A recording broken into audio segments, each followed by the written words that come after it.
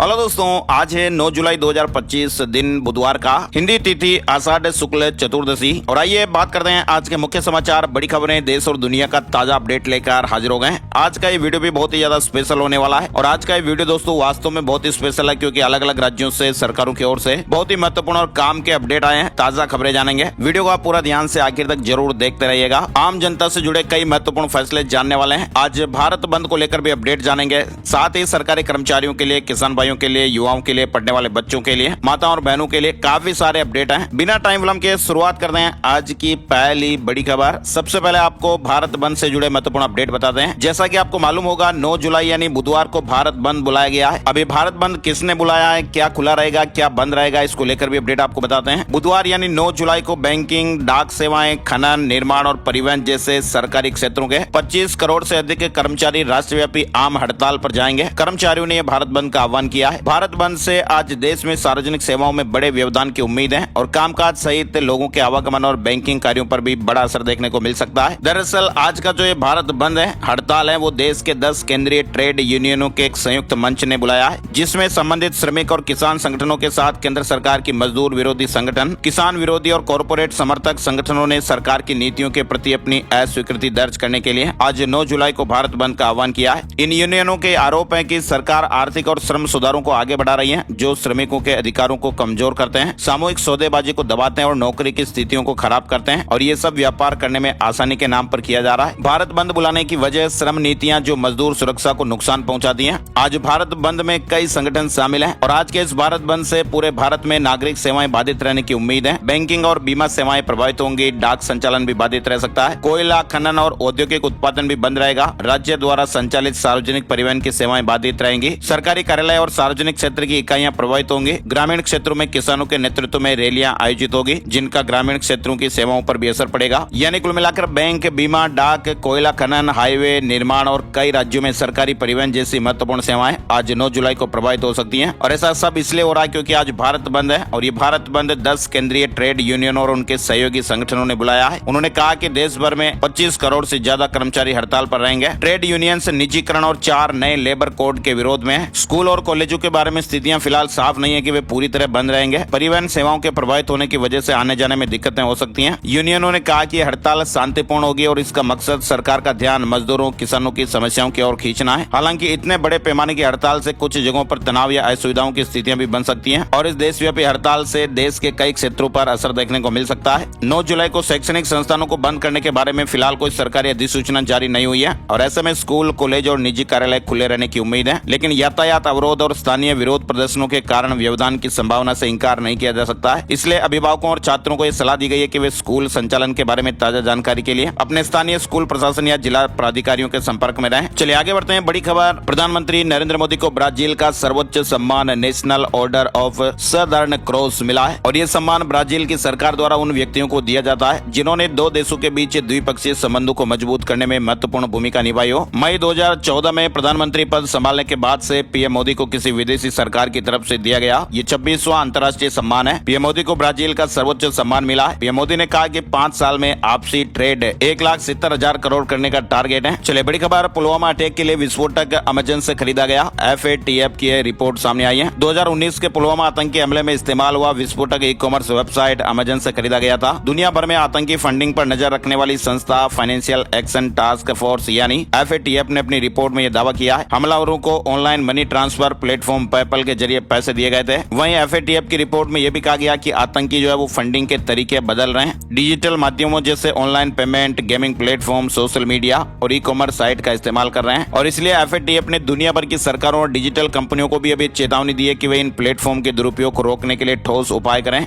और दिल्ली से जुड़ी बड़ी खबर आ चुकी है। दिल्ली में 15 साल पुरानी पेट्रोल और 10 साल पुरानी डीजल गाड़ियों को पेट्रोल डीजल देने पर रोक लगाने की योजना को प्रदेश की सरकार ने फिलहाल के लिए टाल दिया है। अब ये नियम इस साल नवंबर महीने की पहली तारीख से लागू किया जा सकता है। इसके साथ ही 15 साल पुराने व्हीकल पर दिल्ली के साथ ही NCR के 5 जिलों में भी इसे लागू किया जाएगा। पिछले दिनों सख्ती से ये नियम लागू किए जाने के बाद दिल्ली सरकार ने फिलहाल जो ये आदेश है वो वापस ले लिया है। CAQM की बैठक में फैसला हो गया है। आयोग ने फैसला लिया कि 1 नवंबर से दिल्ली और NCR के जिलों में भी एक साथ ईंधन प्रतिबंध लागू करना उचित होगा और ये EOL वाहनों के लिए इसी तरह की योजना 1 नवंबर से गुरुग्राम, फरीदाबाद, नोएडा, गाजियाबाद और सोनीपत में भी लागू की जाएगी। फिलहाल ओवरहेड वाहनों से फ्यूल बैन हटा हटा दिया गया है और 1 नवंबर से अपडेट देखने को मिलेगा। वहीं आप देखिए दिल्ली सरकार ने 18,966 स्मार्ट क्लासरूम बनाने के प्रस्तावों को भी मंजूरी दे दी है। 900 करोड़ रुपए का खर्चा आएगा। दिल्ली की रेखा गुप्ता सरकार की कैबिनेट ने सरकारी स्कूलों को और अच्छा करने के लिए 18,996 स्मार्ट ब्लैक बोर्ड लगाने के लिए ये बजट मंजूर किया है। स्मार्ट ब्लैक बोर्ड लगाए जाएंगे, शिक्षकों को प्रशिक्षण दिया जाएगा। सरकार ने कहा कि उनका लक्ष्य सरकारी स्कूलों को निजी स्कूलों से भी बेहतर बनाना है। चलिए अगली बड़ी खबर देखिए आप। कक्षा 6 में केवल 53% विद्यार्थी जानते हैं 10 तक का पहाड़ा। शिक्षा मंत्रालय के एक सर्वे ने यह खुलासा किया है। शिक्षा मंत्रालय के एक सर्वेक्षण से पता चला कि कक्षा 3 के केवल 55% छात्री 99 तक की संख्याओं को आरोही या अवरोही क्रम में व्यवस्थित कर सकते हैं, जबकि कक्षा 6 के केवल 53% छात्र 10 तक का पहाड़ा जानते हैं। दरअसल इस सर्वेक्षण में 36 राज्यों और केंद्र शासित प्रदेशों के 781 जिलों के 74,229 स्कूलों में कक्षा 3, कक्षा 6 और कक्षा 9 के सरकारी और प्राइवेट दोनों स्कूलों के विद्यार्थियों को शामिल किया गया था। आरोही अवरोही क्रम को लेकर, जोड़ और गुणा को लेकर इस तरह के छोटे छोटे सवाल पूछे गए। हालांकि विज्ञान और सामाजिक विज्ञान में अच्छा प्रदर्शन देखने को मिला। चलिए बड़ी खबर देखिए। आईपीएल 2025 की ट्रॉफी जीतने के बाद आरसीबी सबसे वैल्यूएबल टीम बन गई है और उसने 5 ट्रॉफी जीतने वाली एमआई और सीएसके को पीछे छोड़ दिया है। साथ ही आप देखिए अहमदाबाद विमान हादसे से जुड़ा अपडेट आ रहा है। एयरक्राफ्ट एक्सीडेंट इन्वेस्टिगेशन ब्यूरो यानी एएआईबी ने अहमदाबाद विमान हादसे के 26 दिन बाद प्राइमरी जांच रिपोर्ट मंगलवार को केंद्र सरकार को सौंपी। प्राइमरी रिपोर्ट शुरुआती जांच में मिले सबूतों और तकनीकी विश्लेषण के आधार पर तैयार की गई है। 3 महीने में विस्तृत जांच रिपोर्ट आने के अनुमान है। एयर इंडिया ने कहा कि ड्रीमलाइनर सबसे सुरक्षित प्लेन है। दुनिया भर में इसकी 1000 से ज्यादा फ्लाइट्स हैं। वहीं आप देखिए इंदौर में इंडिगो फ्लाइट की इमरजेंसी लैंडिंग करानी पड़ी। रायपुर जा रहे विमान में तकनीकी खराबी आ गई। यात्री बोले कि उड़ान के वक्त हल्का झटका लगा। इंदौर से रायपुर जा रही इंडिगो की इस फ्लाइट को उड़ान के करीब आधे घंटे बाद तकनीकी खराबी आ गई। विमान की इंदौर में इमरजेंसी लैंडिंग कराई गई और इसके बाद फ्लाइट को रद्द कर दिया गया। विमान ने मंगलवार सुबह 6:35 पर रायपुर के लिए टेक ऑफ किया था।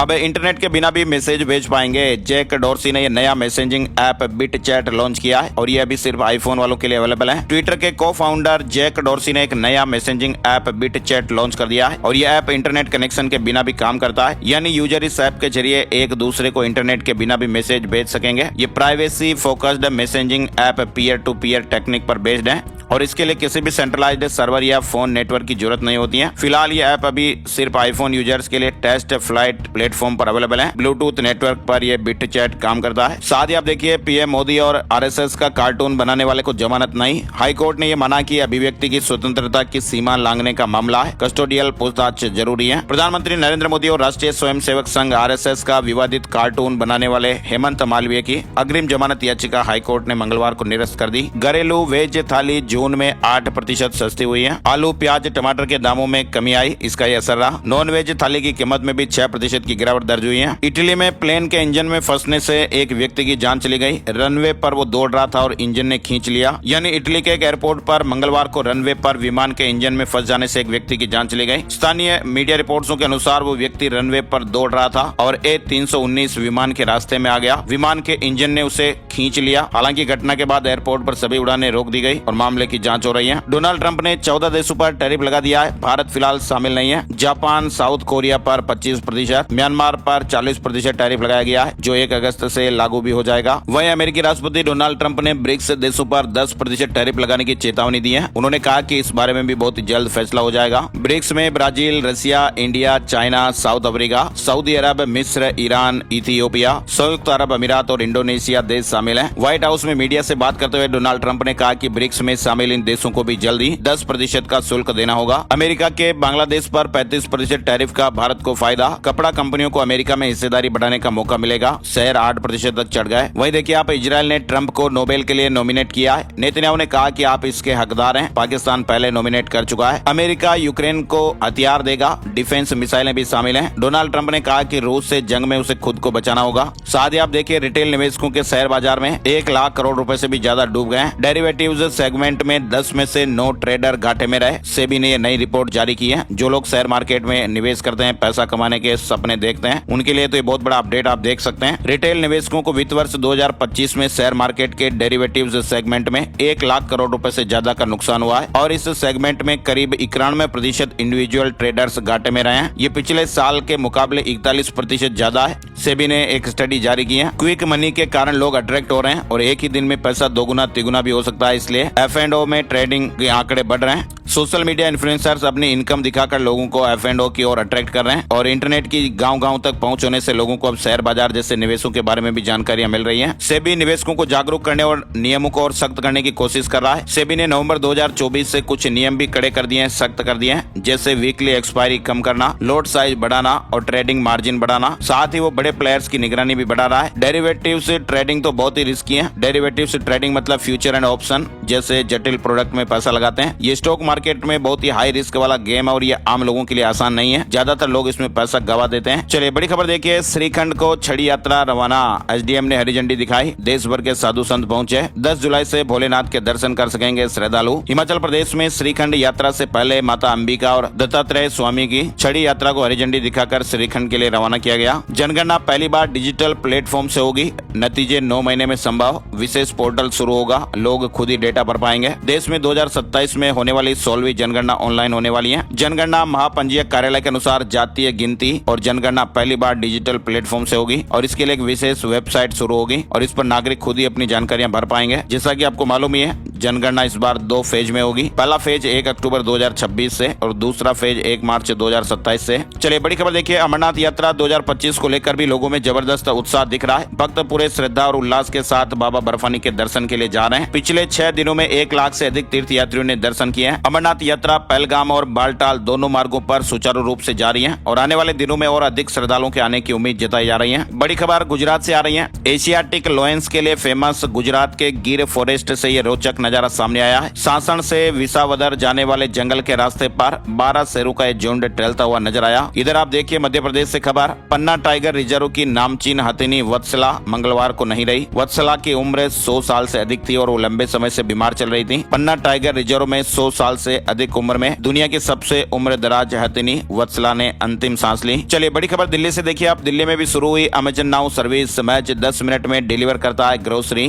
जेप्टो ब्लिंकिट को टक्कर मिलने वाली है। अमेजन नाउ के जरिए ग्राहक रोजमर्रा की जरूरी चीजें अब सिर्फ 10 मिनट में मंगवा सकते हैं। कंपनी ने कहा कि यह सुविधा खास तौर पर प्राइम मेंबर्स के लिए काफी लोकप्रिय है। कंपनी ने इससे पहले जून में बेंगलुरु में इस सेवा को शुरू किया था। कुछ चुनिंदा पिन कोड में चल रहे ट्रायल के अच्छे रिजल्ट के बाद अब कंपनी धीरे धीरे इस सुविधा का दायरा बढ़ा रही है। साथ ही आप देखिए निष्क्रिय जनधन खातों पर यह बड़ा अपडेट आया है। यानी ऐसे जनधन खाते जिनमें लोग अक्सर लेन देन नहीं करते हैं और खाते 24 महीनों से उनमें कोई लेन देन नहीं हुआ। तो कुछ मीडिया रिपोर्ट्स में दावा किया गया था कि सरकार ने प्रधानमंत्री जनधन योजना के तहत आने वाले ऐसे बैंक खातों को बंद करने का निर्देश दिया है। तो आपको बता दें कि इस तरह की जो खबर चल रही है वो सही नहीं है। सरकार ने इस खबर पर भी प्रतिक्रिया दी, अपडेट दिया है। वित्त मंत्रालय ने मंगलवार को जानकारी में बताया कि वित्त मंत्रालय ने बैंकों से निष्क्रिय प्रधानमंत्री जनधन योजना खातों को बंद करने के लिए नहीं कहा गया है। ये केवल अफवाह है। साथ ही आप देखिए केंद्रीय मंत्री अश्विनी वैष्णव के पिता के निधन पर लोकसभा स्पीकर समेत कई नेताओं ने दुख जताया है। केंद्रीय रेल मंत्री अश्विनी वैष्णव के पिता दाऊलाल वैष्णव का मंगलवार को लंबी बीमारी के बाद निधन हो गया। उन्होंने 81 साल की आयु में जोधपुर स्थित एम्स में अंतिम सांस ली। उत्तर प्रदेश सरकार कावड़ रूट के होटल और ढाबों पर QR लगवा रही है। शराब की दुकानें ढकी जाएगी। एक लेन पर सिर्फ कावड़िए चलेंगे। यूपी में कावड़ यात्रा से पहले नेम प्लेट विवाद के बीच योगी सरकार होटल और ढाबों की जांच करा रही है। खाद्य सुरक्षा एवं औषधि प्रशासन की टीमों ने food safety QR code sticker लगाने अनिवार्य कर दिए हैं। हज 2026 के लिए आवेदन प्रक्रिया शुरू हो गई है। 31 जुलाई 2025 तक ऑनलाइन रजिस्ट्रेशन का मौका है। वहीं आप देखिए उत्तरकाशी में भूकंप के झटके महसूस हुए। उत्तराखंड के उत्तरकाशी जिले में भूकंप के झटके महसूस किए गए हैं। भूकंप का केंद्र जिले का मोरी ब्लॉक इलाके का जखोल के जंगल बताया जा रहा है। भूकंप की तीव्रता 3.2 मापी गई है। साथ एक और ये भी खबर है कि भारत के असम राज्य में भी भूकंप के झटके महसूस किए गए। असम के कार्बी आंगलोंग जिले में मंगलवार सुबह 4.1 तीव्रता के भूकंप के झटके महसूस हुए। PF वालों के लिए भी जरूरी अपडेट आ रहा है। 7 करोड़ लोगों के लिए बड़ी खुशखबरी सामने आई है। सरकार ने करीब सभी अकाउंट में PF का ब्याज का जो पैसा वो डिपॉजिट कर दिया है। वित्त वर्ष 2024-25 के लिए EPF ब्याज दर 8.25% की मंजूरी सरकार ने दी थी। लगभग सभी EPF अकाउंट में पैसा डिपॉजिट किया जा चुका है। महाराष्ट्र से जुड़ी खबर देखिए। महाराष्ट्र में भाषा विवाद बढ़ता जा रहा है और इसे लेकर सियासत भी चरम पर है। और इसी बीच मन से चीफ राज ठाकरे ने अपने कार्यकर्ताओं और नेताओं को सोशल मीडिया से दूरी बनाने के निर्देश दिए हैं। बेवजह मीडिया या सोशल मीडिया पर कुछ भी पोस्ट ना करें। कार्यकर्ताओं को इस तरह से निर्देश जारी किए गए हैं। इनकम टैक्स डिपार्टमेंट ने बड़ा बदलाव किया है। आधार OTP वेरिफिकेशन के बिना पूरा नहीं होगा ये काम। 1 जुलाई से पैन कार्ड के लिए आधार नंबर देना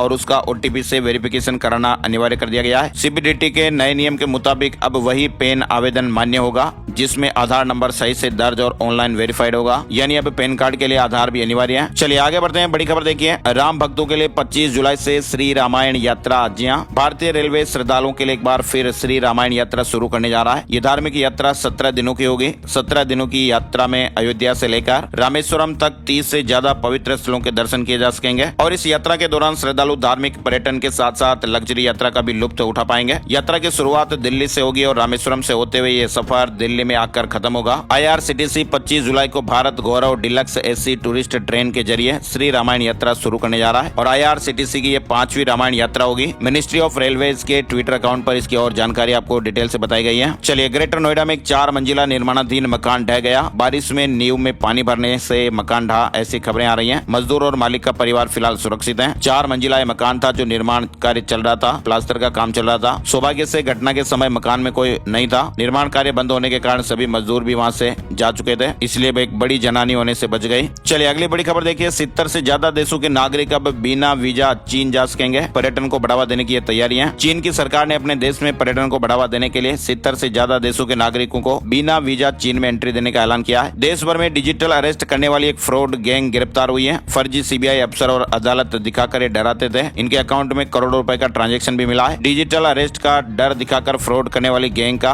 जयपुर साइबर क्राइम पुलिस ने पर्दाफाश किया है। साथ ही बड़ी खबर आपको बताएं, राजस्थान हाईकोर्ट ने नीट UG 2025 परीक्षा को पुनः आयोजित कराने के संबंध में दायर याचिकाओं को खारिज कर दिया है। अदालत ने कहा कि बहुत कम उम्मीदवारों के शिकायत के निवारण के लिए देश भर में आयोजित की गई परीक्षा में शामिल 22 लाख अभ्यर्थियों के हितों की बलि नहीं दी जा सकती। इसके साथ ही अदालत ने परीक्षा को पुनः आयोजित कराने और बोनस नंबर देने से भी इंकार कर दिया है। साथ ही राजस्थान से जुड़ा अपडेट देखिए, सब इंस्पेक्टर यानी SI भर्ती 2021 पेपर लीक मामले में मंगलवार को भी हाईकोर्ट में सुनवाई अधूरी रही। सुनवाई के दौरान चयनित अभ्यर्थियों की ओर से वरिष्ठ वकील ने कहा, ये साधारण मामला है। जब CM के स्तर पर भर्ती को रद्द नहीं करने का फैसला लिया जा चुका है और याचिका में उसे चुनौती नहीं दी गई है तो याचिका खारिज की जाए। इस पर जस्टिस समीर जैन की अदालत ने कहा कि ये कोई साधारण मामला नहीं है। इसमें राजस्थान लोक सेवा आयोग के सदस्यों समेत कोचिंग और परीक्षा सेंटर पर भी मिलीभगत के आरोप लगे हैं और ऐसे में हम मेरिट के साथ याचिका चलने योग्य है या नहीं, इस पर भी सुन रहे हैं। हाईकोर्ट ने कहा कि SI भर्ती पेपर लीक साधारण मामला नहीं है। वहीं आप देखिए, राजस्थान में गहलोत राज के फैसलों की समीक्षा में 2 महीने और लगेंगे। कैबिनेट सब कमेटी ने विभागों से 2 महीनों में रिव्यू कर ब्यौरा मांगा है। फाइनल रिपोर्ट सितंबर तक आ जाएगी। साथ ही आपको बताएं, राजस्थान सरकार के एक आदेश के इंतजार में प्रदेश के लाखों कर्मचारियों की DPC अटक सी गई है। कुछ संगठनों के समर्थन और विरोध के बीच फिलहाल इस आदेश पर फैसला नहीं हो पाया है। हालांकि पिछले दिनों कार्मिक विभाग की ओर से इस संबंध में मुख्यमंत्री कार्यालय तक फाइल पहुंचा दी गई थी, लेकिन राज्य कर्मियों को हरी झंडी की प्रतीक्षा है। राजस्थान में कर्मचारियों की वेतन वृद्धि पर संकट। 30% अधिकारियों और कर्मचारियों ने 4 बार सीमा बढ़ाने के बाद भी अचल संपत्ति का ब्यौरा नहीं दिया है। ऐसे में उन्हें वेतन वृद्धि तब तक नहीं मिलेगी जब तक कि वे पोर्टल पर संपत्ति का ब्यौरा नहीं भरेंगे। पोर्टल अब नए साल में खुलेगा। इसके अलावा आप देखिए, RPSC सदस्य बाबूलाल कटारा का भांजा गिरफ्तार। SOG ने SI भर्ती परीक्षा 2021 के संबंध में विजय कुमार डामोर को गिरफ्तार किया है। चलिए बड़ी खबर है आप मध्य प्रदेश से देखिए, आप उज्जैन के एक युवक ने मोबाइल गेमिंग में जीते 1 करोड़ 25 लाख रुपए। टीम में 3 और युवा है और ये अब अंतर्राष्ट्रीय लेवल पर खेलेंगे और अगर वहाँ ये जीत जाते हैं तो इन्हें मिलेंगे 605 करोड़ रुपए। उज्जैन के 20 साल के युवक ने मोबाइल गेमिंग में 1 करोड़ 25 लाख की इनामी राशि अपने नाम की है। युवक का नाम है आर्यन चौहान। उसने अपनी 4 सदस्यीय टीम के साथ मिलकर BGMI यानी battle ground mobile India pro series 2025 का फाइनल जीता है। आर्यन ने बताया कि इस प्रतियोगिता का ग्रैंड फिनाले दिल्ली के यशोभूमि सेंटर में 4 से 6 जुलाई तक हुआ था और इसमें देश की टॉप 16 गेमिंग टीमें शामिल थी। आर्यन की टीम में उज्जैन के अलावा देवास, सूरत और रांची के खिलाड़ी थे। अब ये टीम सऊदी अरब में होने वाली अंतर्राष्ट्रीय प्रतियोगिता में भाग लेगी, जिसमें कुल पुरस्कार राशि लगभग 605 करोड़ रुपए है। मध्य प्रदेश में अपडेट देखिए आप, 12 जुलाई को जारी होगी लाडली बहना की राशि। उज्जैन में 2 दिन रहेंगे मुख्यमंत्री जी। वहीं आप देखिए, इंदौर से एक बड़ी खबर सामने आ रही है जो चौंका देने वाली है। 7 साल के आयुष्मान की नई जिंदगी की कहानी आप देखिए। उत्तर प्रदेश में ब्लड कैंसर बताकर 55 लाख रुपए की डिमांड की गई और इंदौर में यह बीमारी निकली ITP। खबर है कि उत्तर प्रदेश के आजमगढ़ के 7 वर्षीय आयुष्मान सिंह को डॉक्टरों ने पहले ब्लड कैंसर और अप्लास्टिक एनीमिया बताया, बोन मेरो ट्रांसप्लांट की सलाह दी और 55 लाख रुपए खर्च का अनुमान बताया। परिजन घबरा गए। उम्मीद की इलाज में वे इंदौर पहुंचे, जहां जांच में यह पता चला कि आयुष्मान को ब्लड कैंसर नहीं बल्कि ITP नामक एक ऑटो इम्यून बीमारी है। करीब 1 साल तक चला होम्योपैथिक इलाज सफल रहा और बच्चा पूरी तरह स्वस्थ है। इस तरह की ये मीडिया रिपोर्ट्स और खबर आप जरूर देखिए। परिजन टूट गए थे लेकिन उन्होंने हार नहीं मानी।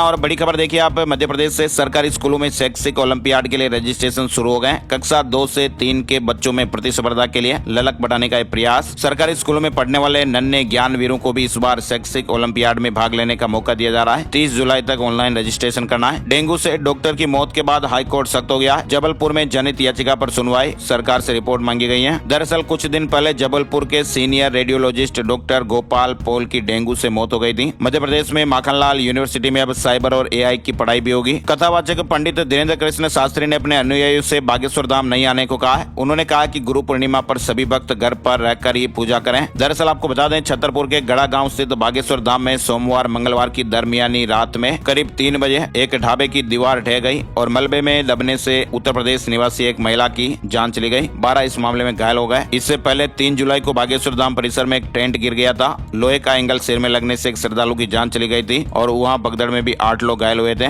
एक बार और नया हादसा हो गया। चलिए यूपी से बड़ी खबर देखिए। परिवहन के चालकों परिचालकों को मिला 10,000 रुपए का बोनस। महाकुंभ ड्यूटी के लिए सरकार ने प्रोत्साहन बोनस दिया है। महाकुंभ 2025 में ड्यूटी करने वाले उत्तर प्रदेश राज्य परिवहन निगम के 24,071 चालकों और परिचालकों को ये प्रोत्साहन बोनस राशि दी गई है। वहीं आप देखिए, उत्तर प्रदेश में बिजली के निजीकरण का विरोध। उत्तर प्रदेश में आज बिजली कर्मचारियों की हड़ताल। 27 लाख कर्मचारी इसमें शामिल होंगे, ऐसे अपडेट है। उत्तर प्रदेश में बिना मान्यता स्कूलों पर डंडा चलने वाला है। 10 जुलाई तक सघन जांच के आदेश दिए गए हैं। वहीं उत्तर प्रदेश सरकार मुख्यमंत्री सामूहिक विवाह योजना के तहत गरीब बेटियों की शादी के लिए 1 लाख रुपए देगी। इस वित्तीय वर्ष में 1200 शादियां कराने का लक्ष्य है। कन्या के खाते में 60,000 रुपए भेजे जाएंगे और गृहस्थी का सामान भी दिया जाएगा। योजना का लाभ उन परिवारों को मिलेगा जिनकी वार्षिक आय 3 लाख से कम है और वधु की आयु 18 साल से अधिक है। चलिए बड़ी खबर देखिए आप। इलाहाबाद हाईकोर्ट ने खाद्य सुरक्षा अधिकारी की भर्ती के लिए फिजियोथेरेपी की डिग्री को MBBS के समकक्ष घोषित करने की याचिका खारिज कर दी है। हरियाणा में 1 अगस्त से UPS लागू। सरकारी कर्मचारियों को मिलेगा नया पेंशन विकल्प। NPS भी जारी रहेगा। सरकार देगी 18.5% योगदान। कुल मिलाकर हरियाणा सरकार ने केंद्र की तर्ज पर UPS लागू करने का फैसला कर लिया है। कैबिनेट मीटिंग में लिए गए फैसले का नोटिफिकेशन जारी कर दिया गया। नई व्यवस्था के तहत अब हरियाणा राज्य के सरकारी विभागों के कर्मचारी 1 अगस्त 2025 से UPS का विकल्प चुन सकेंगे। हालांकि NPS को भी विकल्प के रूप में बरकरार रखा गया है। फिलहाल ये योजना केवल सरकारी विभागों के कर्मचारियों पर लागू होगी। बोर्ड, निगमों, सार्वजनिक उपक्रमों और विश्वविद्यालयों के कर्मचारियों को UPS के लिए भी इंतजार करना होगा। हालांकि हो क्या रहा कि UPS के लागू होने से सुनिश्चित पेंशन, पारिवारिक पेंशन और न्यूनतम पेंशन की गारंटी मिलेगी। हालांकि विपक्ष इस फैसले का विरोध कर रहा है, लेकिन सरकार इसे कर्मचारियों के हित में बड़ा कदम मान रही है।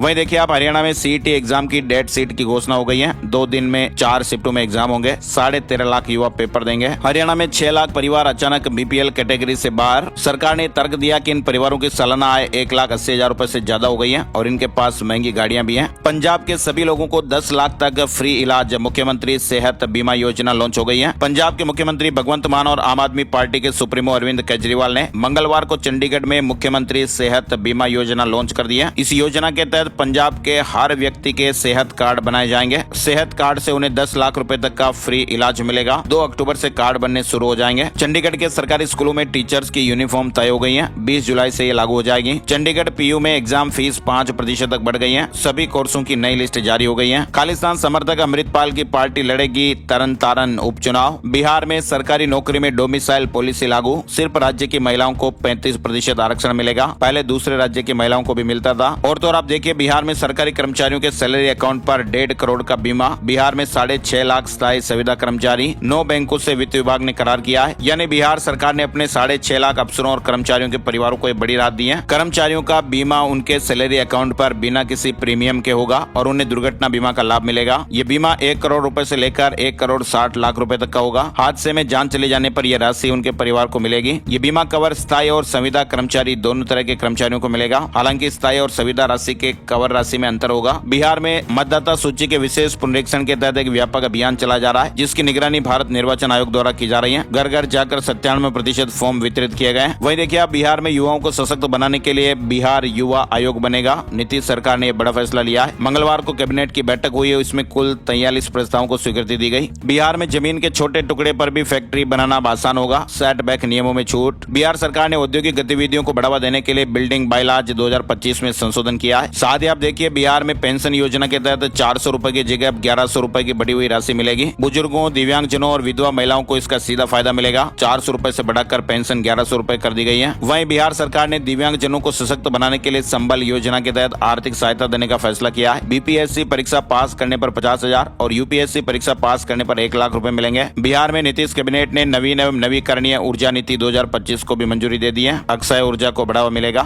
चलिए अब बड़ी खबर छत्तीसगढ़ से आ रही है। क्रिप्टो करेंसी के नाम पर 63 लाख रुपए की धोखाधड़ी। पैरों से दिव्यांग लेकिन दिमाग से सातिर निकला है मास्टरमाइंड। 2 आरोपी पंजाब से गिरफ्तार किए गए। साथ ही छत्तीसगढ़ से एक और खबर देखिए। एनएमडीसी कर्मचारी को डिजिटल अरेस्ट कर 28 लाख रुपए ठग लिए गए। फर्जी पुलिस अफसर बनकर कहा कि तुम पर मनी लॉन्ड्रिंग केस है। आपको बताएं 12 राज्यों से लगभग 10 करोड़ रुपए की साइबर ठगी करने वाले इस गिरोह के भी 2 आरोपियों की गिरफ्तारी हो गई है। चलिए अगली बड़ी खबर छत्तीसगढ़ से एक और देखिए आप। छत्तीसगढ़ हाईकोर्ट के चीफ जस्टिस रमेश कुमार सिन्हा और जस्टिस बीडी गुरु की डिवीजन बेंच ने कहा किसी पुजारी को मंदिर का स्वामित्व नहीं माना जा सकता। पुजारी केवल देवता की पूजा करने के लिए नियुक्त प्रबंधक होता है। इसके अलावा बड़ी खबर देखिए छत्तीसगढ़ हाईकोर्ट के चीफ जस्टिस रमेश कुमार सिन्हा ने एक महत्वपूर्ण फैसले में कहा है केवल नोट बरामद होने के आधार पर किसी आरोपी को दोषी नहीं ठहराया जा सकता, बल्कि ये साबित करना भी जरूरी है कि उसने रिश्वत अपनी मर्जी से ली थी। और इसके साथ ही हाईकोर्ट ने रिश्वतखोरी के आरोप में पकड़े गए आदिम जाति कल्याण विभाग में पदस्थ रहे एक कर्मचारी को संदेह का लाभ देते हुए बरी कर दिया है। रिश्वत के 8,000 रुपए बरामद हुए थे। साथ ही आप देखिए अब छत्तीसगढ़ में बिल्डर और कॉलोनाइजर दोनों को व्यवस्थाएं करनी पड़ेगी। अब कॉलोनी के भीतर ही कचरा नष्ट करना होगा। गंदे पानी को साफ करने के लिए एसटीपी लगाना भी जरूरी होगा। झारखंड में अब नई नियमावली से होगी 4,919 पदों पर सिपाही बहाली। पुराना विज्ञापन रद्द किया जाएगा। हिमाचल में 25,000 रिटायर कर्मचारियों का 1100 करोड़ बकाया। पेंशनर्स के मेडिकल बिल विलंबित। सीएम ने खराब आर्थिक स्थिति का हवाला दिया। झारखंड होमगार्ड भर्ती के लिए आवेदन फिर से स्टार्ट होंगे। आज 9 जुलाई से दोबारा शुरू हो जाएंगे, ऐसे अपडेट है। सीबीएसई बोर्ड ने सप्लीमेंट्री परीक्षा के एडमिशन कार्ड जारी कर दिए हैं। साथ ही आपको बताएं हमारे देश में अब तक 254 mm बारिश हो गई है, 15% ज्यादा है। देश भर में दक्षिण पश्चिम मानसून जमकर बरस रहा है और मानसून सीजन में अब तक सामान्य से 15% ज्यादा बारिश हो चुकी है। राजस्थान में भी मानसून एक बार फिर से और मजबूत होने वाला है। पश्चिमी राजस्थान के जोधपुर में अगले 3 से 4 दिनों तक मौसम ज्यादातर शुष्क रहने की संभावना है और बीकानेर में भी कुछ स्थानों पर हल्की से मध्यम बारिश होने की संभावना। फिलहाल राजस्थान में दक्षिण पश्चिम मानसून के चलते भारी बारिश होने की चेतावनी। मौसम विभाग ने एक पूर्वानुमान में बताया कि 10 जुलाई से दक्षिण पश्चिम मानसून और मजबूत हो सकता है और फिर एक बार भारी बारिश का दौर शुरू हो जाएगा। 12 जुलाई से पश्चिमी राजस्थान में भी बारिश की गतिविधियां बढ़ेगी। पूर्वी राजस्थान में 10 जुलाई से और पश्चिमी राजस्थान में 12 जुलाई से कई जगहों पर भारी बारिश देखने को मिलेगी। मध्य प्रदेश में भी आप देखिए नर्मदा उफान पर। बरगी डैम के 17 गेट खोल दिए गए। मध्य प्रदेश में भी लगातार तेज बारिश की वजह से नर्मदा समेत कई नदियां खतरे के निशान से ऊपर बह रही हैं। चलिए बड़ी खबर टाटा ग्रुप के स्टॉक में 6.17% की भयानक गिरावट आई। निवेशकों के 20,000 करोड़ रुपए से ज्यादा सुहा हो गए। शेयर मार्केट न्यूज अपडेट में आपको बताएं सेंसेक्स 270 अंक से ज्यादा चढ़कर 83,713 के स्तर पर बंद हुआ। निफ्टी में करीब 61 अंकों की तेजी रही और ये 25,523 के स्तर पर बंद हुआ। सोने चांदी के भाव अपडेट में आपको बताएं 24 कैरेट सोने का दाम 376 रुपए बढ़कर 96,972 रुपए प्रति 10 ग्राम पर आ गया। चांदी की कीमत 969 रुपए बढ़कर 1,07,500 रुपए प्रति किलो हो गई। तो ये थे दोस्तों आज के मुख्य समाचार, बड़ी खबरें, हेडलाइंस और सुर्खियां अपडेट। इस वीडियो को आप लाइक और शेयर जरूर कीजिएगा। यार दोस्तों के साथ भी इस वीडियो को आप ज्यादा से ज्यादा शेयर करिएगा। एक और नई जानकारी और अपडेट वीडियो में जल्दी फिर मिलेंगे। तब तक के लिए जय हिंद, जय भारत, वंदे मातरम।